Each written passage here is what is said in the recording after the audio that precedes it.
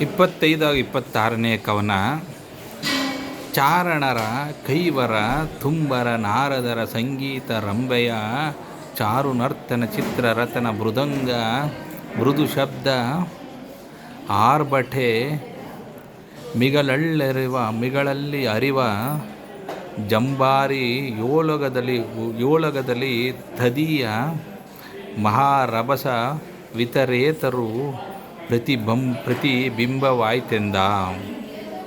ಅಂದರೆ ಇಂದ್ರನೋಲಗದಲ್ಲಿ ಚಾರಣರ ಮಂಗಳ ಪಾಠ, ತುಂಬುರು ನಾರದರ ಸಂಗೀತ, ರಂಭೆಯ ನರ್ತನ, ಚಿತ್ರರತನ ಮೃದಂಗ ವಾದನ ಇವುಗಳಿಂದ ಆದ ಮಹಾಕೋಲಾಹಲವೋ ಈ ವಿವಾಹ ಮಂಟಪದಲ್ಲಿ ಪ್ರತಿಬಿಂಬಿಸಿತೋ ಎನ್ನುವಂತೆ ಮಂಟಪವು ಮಂಟಪವು ಇಂದ್ರನಾಸ್ಥಾನಕ್ಕೆ ಸರಿಮಿಗಿಲಾಗಿತ್ತು.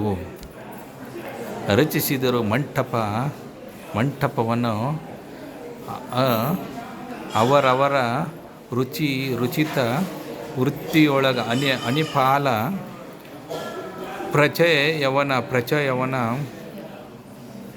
ಮನ್ನಿಸಿದನಿವರನು ವಿಪ್ರಸಭೆಯೊಳಗೆ ಪ್ರಚುರ ಮಣಿದು ಪದ್ಮಾರಾಗದ ರುಚಿರ ರತ್ನವು ಜಾತಾರೂಪದಿ ಖಚಿತವಾದೊಡೆ ಪುಣ್ಯವೆನುತ ದೃಪದ ಚಿಂತಿಸಿದ.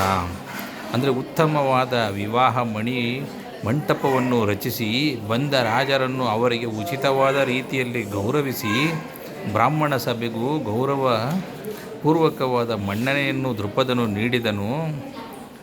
ದ್ರೌಪದಿ ಎಂಬ ಅಂದರೆ ಉತ್ತಮವಾದ ಲೋಕೋತ್ತರವಾದ ಪದ್ಮರಾಗ ರತ್ನವಿದೆ. ಈ ಉತ್ತಮವಾದ ಬಂಗಾರದ ಚೌಕಟ್ಟಿನಲ್ಲಿ ಸೇರಿಕೊಂಡರೆ ಅದು ನನ್ನ ಪುಣ್ಯ ಎಂದು ದೃಪದನು ಚಿಂತಿಸುತ್ತಿದ್ದನು. ಧನ್ಯವಾದಗಳು.